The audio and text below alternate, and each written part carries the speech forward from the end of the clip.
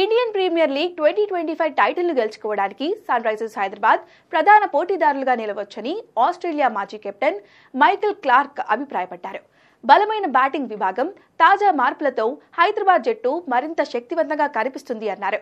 Delhi Capitals, Punjab Kings ఈ సీజన్లో కూడా తమ తొలి ఐపీఎల్ టైటిల్ను గెలుచుకోవడం కష్టమేనని తెలిపారు. ఇక టాప్ 4 జట్లను ఎంచుకోవాల్సి వస్తే Kolkata Knight Riders, Sunrisers Hyderabad playoffs కు చేరుతాయని క్లార్క్ విశ్వాసం వ్యక్తం చేశారు. ఆ తర్వాత Lucknow Super Giants, Rajasthan Royals మిగతా స్థానాల్లో నిలుస్తాయని తెలిపారు.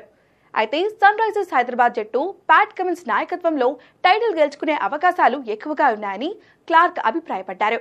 ఎస్ఆర్హెచ్ బ్యాటింగ్ లైనప్ చాలా బలంగా ఉంది. జట్టు సమతూకం కూడా చాలా మెరుగ్గా ఉందని అన్నారు. అందుకే తాను ఐపీఎల్ 2025 విజేతగా సన్ రైజర్స్ ని ఎంచుకుంటానని చెప్పుకొచ్చారు. ఇకపోతే ఐపీఎల్ 2025లో అత్యధిక పరుగులు చేసిన బ్యాటర్ కు ఇచ్చే ఆరెంజ్ క్యాప్ ట్రావిస్ హెడ్ గెలుచుకుంటారని క్లార్క్ అన్నారు. గత సీజన్లో ట్రావిస్ హెడ్ 15 మ్యాచ్ల్లో 191.55 స్ట్రైక్ రేట్తో 567 పరుగులు చేయడం గమనార్హం. అదేవిధంగా అత్యధిక వికెట్లు తీసిన బౌలర్లకు ఇచ్చే పర్పుల్ క్యాప్ కుల్దీప్ యాదవ్ గెలుచుకుంటారని ఆయన అంచనా వేశారు.